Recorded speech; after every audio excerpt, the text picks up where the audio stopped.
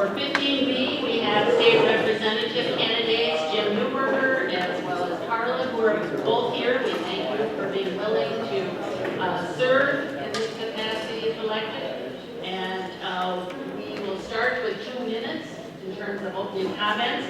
Holly here will give you a signal when you're down to the last 30 seconds of each question. She'll give you a 3 until your time's up, and she'll give you the stop sign. And then we are accepting comments and questions from the floor. So for this half-hour period, I'll be interspersing those with some of the other ones I have. So the first question is, tell us something about yourself, your unique capabilities, strengths, and skills you bring to the office of state representative to 15B, as well as, in short, why would people vote for you on November 8th? And we're going to start first with going this way. Thank you. First of all, I'd like to say thank you to the City of Foley, the Chamber, and the Kiwanis for hosting this event. It's an honor to be here. And I would also like to say to the folks in the district, thank you for giving me the privilege to serve you in the Minnesota House of Representatives. Not many people get that privilege in their lifetime, and I just want to say thank you for giving me that privilege and that honor. I'm Jim Newberger. I live in Becker. I've lived in this area, in the Becker area, for almost 20 years. I grew up in Minnesota. I work full-time, as many of you know, as a paramedic for a level 1 trauma center down in the metro. I've been a paramedic for it'll be 29 years in April. I started out also working for the old Murphy ambulance in St. Cloud. That's where I cut my paramedic teeth many, many nights. I can remember getting up 2 or 3 in the morning, many times coming down Highway 23, doing lots of calls in this area. Foley was part of our service area, and some of your relatives, and maybe some of you, I might have seen at one time. I've been connected to this area. I have family in this area, raised my family in this area. I think that I bring unique qualifications. As a paramedic, we learn to deal with stress. And learn to think clearly and to function effectively under high-stress situations. And there are times in the legislature when you have to think on your feet. And being able to do that is a skill that I acquired. I also have a bachelor's degree in political science, of all things, and mass communications. I earned that at St. Cloud State University. I'm also very active in my church. I've been a missions team leader 8 times to the former Soviet Union. Medical missions, worked with kids, did construction, I even did sewer work, did some hospital work as well. So my name is Jim Newberger. Thank you. Carla? Thank you. I'll piggyback on Jim here a little bit. I thank you also for inviting me tonight. My name is Carla Stepanski, and I am a local gal. I graduated from St. Cloud State University back in 1989 with a degree in criminal justice. I did my law enforcement, I did my corrections, I did my residential treatment. I went all the way across the board, all the way down to working with children in the school system. Met my husband, had 3 kids, 4 years, did the child care at my house for almost 15 years. I did the whole gamut, and when I got looked at as going into representing people, I said, so what's the difference? I've been representing and an advocate for people all my entire life. We have 4 children. We have 2 of them that are out in college right now that are facing those struggles. I have one that's in high school, and I have one that's in the middle school. I just recently got my child development associate's degree because I want to sit on the education committee. I want to be at that table. I know I can do something in that area. People need to be educated. We all need to be included on things that we're not hearing about. We all need to work together on making things happen together. Currently I'm one class away from having my early childhood education degree, and I'm subbing at every school within my district. I also got my minor in traffic safety. I did a little bit of running around in the ambulances. I was recently I'm working on doing car seat installations and working on keeping our kids safe. Just recently, they're talking about child development stuff and the sudden identified infant death and what to do with children and keeping them safe in their homes and how to sleep their babies at night. All them things need to come together to make things happen, and I think parents need to be a big part of it. Thank you. If elected, what would be your top 2 priorities in this next legislative session and why. And we'll give you 2 minutes. And start with Carla. It's just you and I. This is Yes, we're gonna alternate. We need to start with infrastructure. And you know, if you look at it, folks, this all goes together on how it would make things happen. If we start in that area and working on getting people into our cities and visiting, I've been to a lot of township meetings. Our roads are hideous. They're scary. But if we don't work on them and getting people into the area, we won't have the building of our cities that we need to have happening. We also need so infrastructure is a big one for me. Another big one is education, of course. If we start educating and bringing people all to the table to make decisions together as a team, we'll be able to make something happen. Until that time, there's no transparency. A lot of things are getting done that we don't know about until it happens to us. That's what really is one of the main things that made me run for the seat in the first place. My husband's a dairy farmer. He's been farming for 50 plus years. He's one of the few that only farms under 100, well, we sit about 100 head right now. Very few of us are making it in that area because we're not included. We need to be a part of what happens and they always say you need to be at the table so that you're not sitting on that menu. We've been sitting on the menu way too long, and all small cities are. We all are a part of that, but we're all part of that until we can be included in this. So thank you.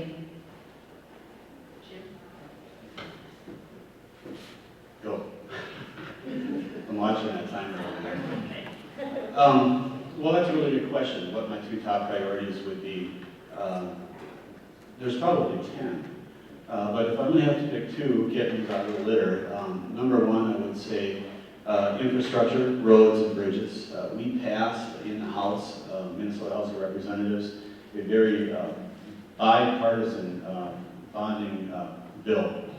It was an infrastructure bill. There was some of the best projects and some of the best spending that we've had in investment in Minnesota roads and bridges we haven't seen in decades. Unfortunately, it got held up. It was killed in the Senate through procedural games. I'll just say, call it for what it was. They ran out the clock and the bill died. We would not have passed a bonding bill with bipartisan support in the Minnesota House of Representatives had we known. We had an agreement with the Senate that they would concur with us. We sent it over to them. We would have never sent it to them if we knew that they were going to do what they did, and they killed it in the Senate, but they ran out the clock. So number 1, transportation, roads, and bridges. But more importantly is this uninsured disaster. We must, and the day after the election, you have my promise. Should I earn your vote and go back, I promise you I will draft a letter to Governor Dayton. It'll probably be a race to do this. To Governor Dayton saying, we need a special session right now because MNsure has collapsed. The first year that MNsure went in, was in effect, we saw 17% increases. Second year was 40%. This year we're looking at 67% increases for people.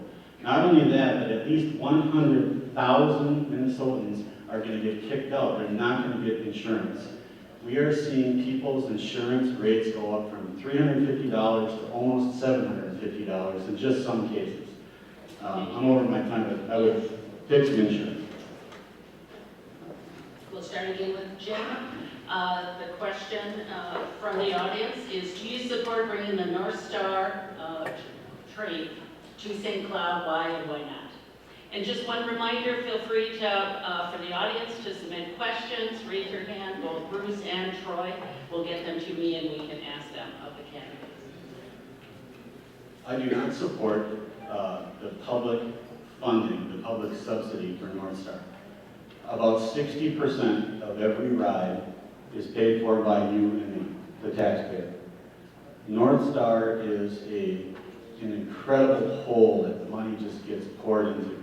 We don't get a solid return on our investment with North Star. Now, if a private company came in, the Stefanski training company came in, and they said, we would like to open up our own private passenger rail service, God bless you. Knock yourself out. This is still America. Go ahead and do it. But I don't support the public paying 60% of every ride. We just simply can't afford it. We have so many needs in this state, from education to healthcare to roads and bridges. We can better invest our money than pouring it into North Star. Carla? 100% of our roads are getting paid for right now by us folks. So 60% is, I honestly support North Star. I look at it this way: we have the rails down. The rails are there. They were going to be funded once before the federal government was going to run it. They stopped it on purpose in Big Lake. And if we don't have the ridership right now going to Big Lake, let's run it all the way to St. Cloud. Take a couple of those trips into Big Lake out and run into St. Cloud and see what kind of numbers we have. We don't know. We've never checked. Why do we stop it in Big Lake? What's in Big Lake to keep that train stopping there? Let's run it all the way to St. Cloud, see what we get for ridership, and then go from there. I think it's a great way to build infrastructure for us if we can get that train all the way to St. Cloud at least. Thank you. And you can keep the mic for the next question. The question is, Minnesota's tax structure is often cited for its impact in our ability to attract new business into the state, which then creates jobs. Businesses and persons of accumulated wealth are reportedly leaving the state in search of better tax climates. Do you agree with this assessment? And if so, what would you do to make the tax environment more competitive for existing as well as future businesses and retirees in this state? We absolutely need to give incentives to keep people in this area. I see that's happening all over the state. What's happening is, I would do the very same. I mean, if you could get an incentive to go somewhere else to build, that's what's happening. Look at our roads, look at what's happening around our area. We can't get people to stay here. My kids are in college right now. They're not going to stay in St. Cloud. People graduate from St. Cloud State University and they don't stay here. They are gone. You get paid, you drive 20 more miles and you get paid at least $5 to $6 more an hour to make that trip into those different areas.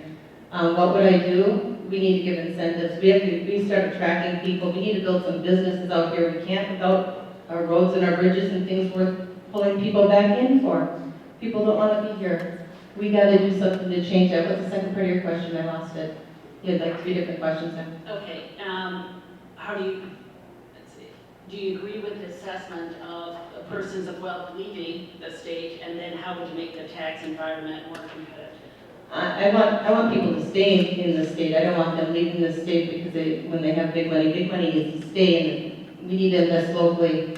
Big money needs to stay locally. And what would I do as much as I possibly can, and to bring everyone to the table to come up with some solutions. I don't have all the answers, but people do, and I have connections to make sure that people that are at that table can give me some answers to make things happen.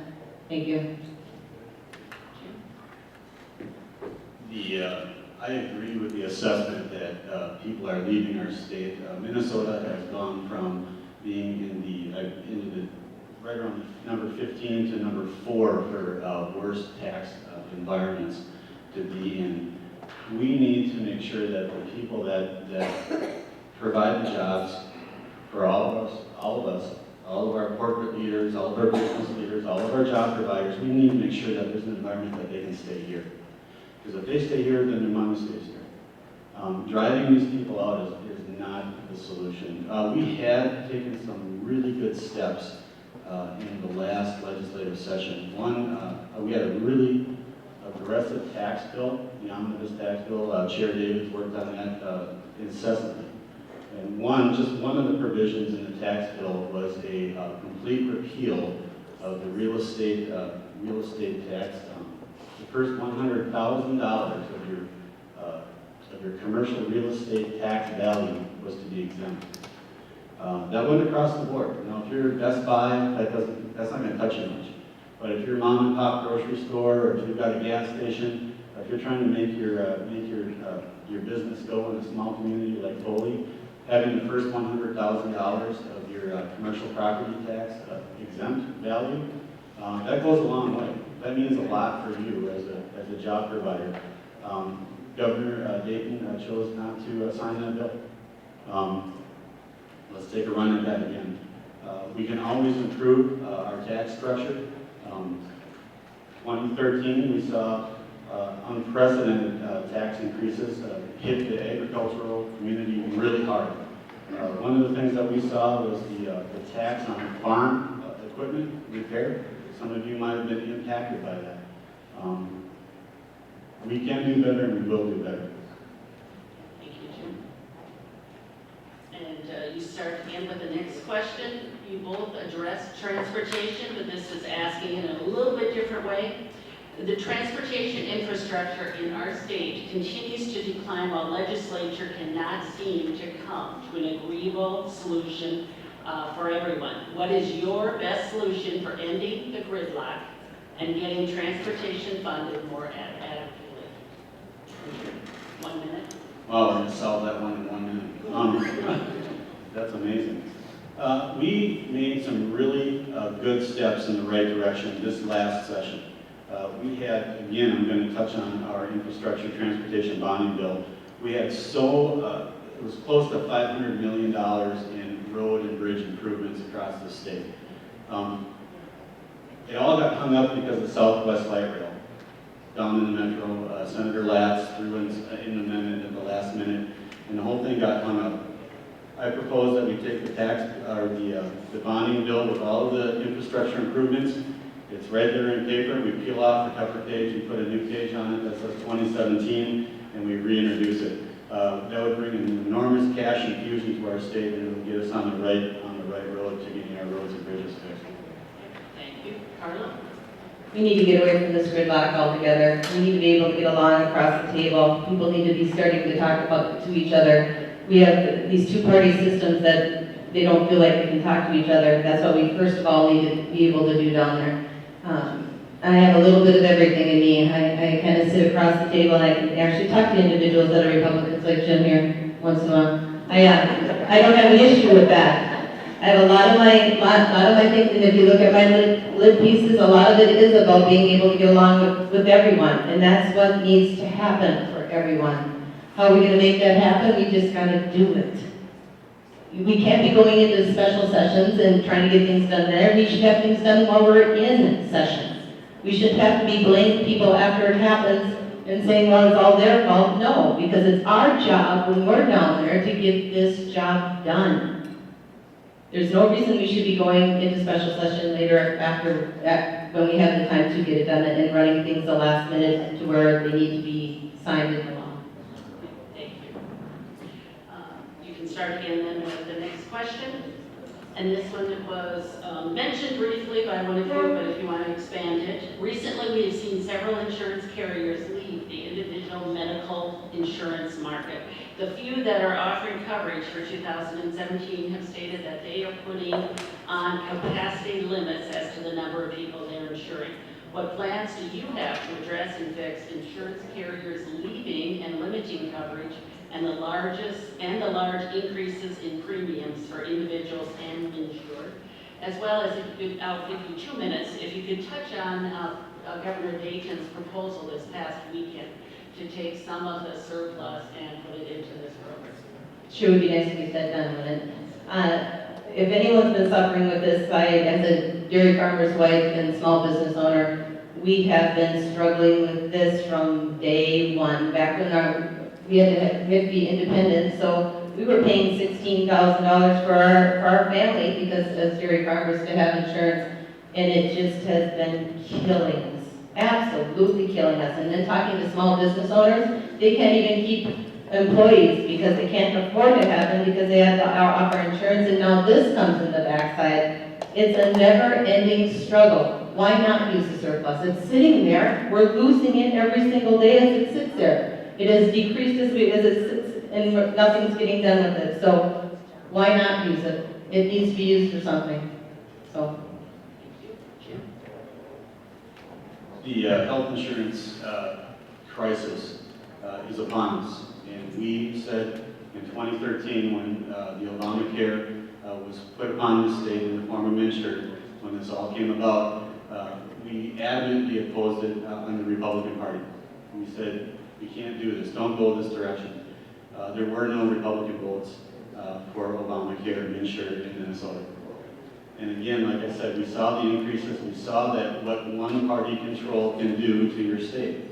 It's not healthy for your state, and now we are reaping the fruit of the 2013 decision. So what do? Two things. First thing we're going to have to do is we're going to have to go back into special session before January, and we're going to have a short-term fix. There's going to need sorry folks, but they're going to need a cash infusion to get us through 2017. That's the first thing that has to happen. You have to put a Band-Aid on it to fix it. Using some of the surplus money, I would be in favor of that, but again, I would have to read the bill before I voted yes. But in concept, yes, I support that.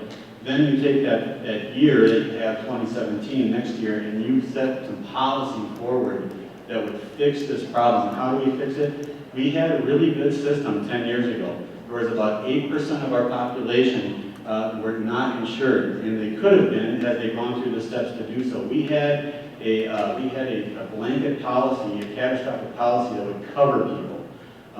We need to go back, we need to open up the markets, and we need to get away from driving our state towards a single-payer system, because this is exactly what's happening. Thank you. Jim again, and yes, I think we have time for this question in 1 minute. Do you have thoughts on any support for investments or improvements in the education system? Investments and improvements in the education system, I am a strong proponent that every student is equal. We have a funding structure that we can work on. I know that my seatmate, Sandra Erickson, has worked tirelessly the battles that she has fought to increase the funding for our kids, and I commend her for that, but she's only one of 134. What I favor is equal funding for equal students. A child in the metro should get as much per pupil funding as a child in Foley or as a child in Becker. That is an ongoing battle. If you talk to anyone that's been in the legislature, they will let you know that this is an ongoing battle, but one that I support is equal funding for kids. That's number one. Number two, I'm a strong proponent of school choice. And number three, I also support school vouchers, okay? Don't put that on me. Vouchers. Yes, I didn't say that. School vouchers, I think that the money should follow the students. I think that if you open up the market in that regard, the teachers that are doing the good jobs in the good schools, they're going to attract the students. You're going to have a glut of students there. You're going to make more money because you're offering a better product. I grew up going to public schools. My children went to charter schools, and we also homeschooled. So I've got experience and background in all three arenas. I think that the money should follow the student. Carla? Thank you so much. The only issue I have with that is accountability. Who's going to hold individuals accountable? Who's going to set the bar as to what they're going to be taught? We need to have everyone have a fair shake at everything. The main issue I see when it comes to education is the No Child Left Behind issue. Who justifies what is considered quality education? If you look at what quality education means to one person, it might not be the same that it means to others out there. Just because I have a son who has got a little bit of anxiety going on, and he chooses not to do his MCA test. He's smarter than a whip, this little guy. But when it comes to MCA testing, he shuts right down. And how do they judge schools? They judge them on MCA tests. So he had a teacher the teacher's been teaching for 40-some years, and he called me and said, you know what, Carla, I've never had a son do worse at the end of the school year than what he did at the beginning, and he is so smart. And I said, what's the deal? He said, he just totally filled in the circles for his MCAs. He said, but that's going to weigh on me as a teacher. And that's what No Child Left Behind is doing. It's totally weighing on these poor teachers who work aimlessly to try to make things happen. There's a lot of things that are going on in the Department of Education right now when it comes to teaching, and I've been subbing at every school within my district, talking to superintendents, and trying to be that connect to find out how to make it better and where we can all work together to get them. I do not support voucher system, public education is what I support. Thank you. Thank you. And why don't you keep the mic, and we'll now move to your 1-minute closing comments. Anything that you have not addressed yet, feel free to share with us.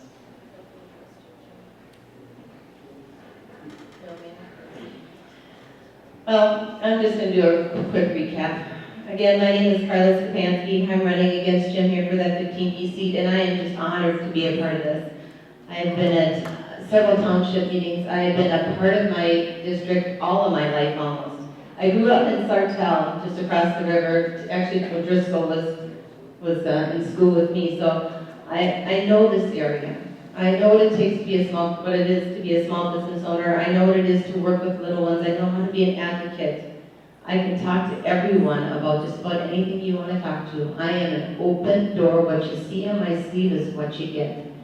I've been working with people all over the state, and I have connections. I know people that will help me make this happen. I'm just asking for your support and looking forward to that November 8th vote. And thank you so much for your time. Jim, your closing comments. Again, thank you to the Kiwanis and to the Foley Chamber for giving me this time to talk to the folks here in the area. We have three big economic drivers in our district: agriculture, transportation, and energy. Right now, our energy infrastructure, our energy economic engines, the Sherco Power Plant, the Monticello Nuclear Plant, if we don't do something about that, we're already losing 2 of our 3 coal units with Sherco. We're not going to be getting any renewal with our nuclear plant. There's nothing in the foreseeable future. We have to salvage our energy industry because our entire 60% of our state's electricity could be potentially generated from those 2 sites. That is so huge. We have to do something about salvaging our energy industry. That's number 1. And number 2, we have to get government agencies under control. I spend an inordinate amount of time fighting the MPCA, the DNR, MnDOT, pick the agency. I spend most of my time trying to get those people off, getting them off their backs. So, Appreciate it. rein in government. Thank you. And that concludes our forum with this District 50 candidates. Thank you both, Jim and Carla, for being here. Gloria Vandenbrake from Minuteman Press, and we also thank the Foley Kiwanis Group as well as the Chamber for hosting this. Thank you guys.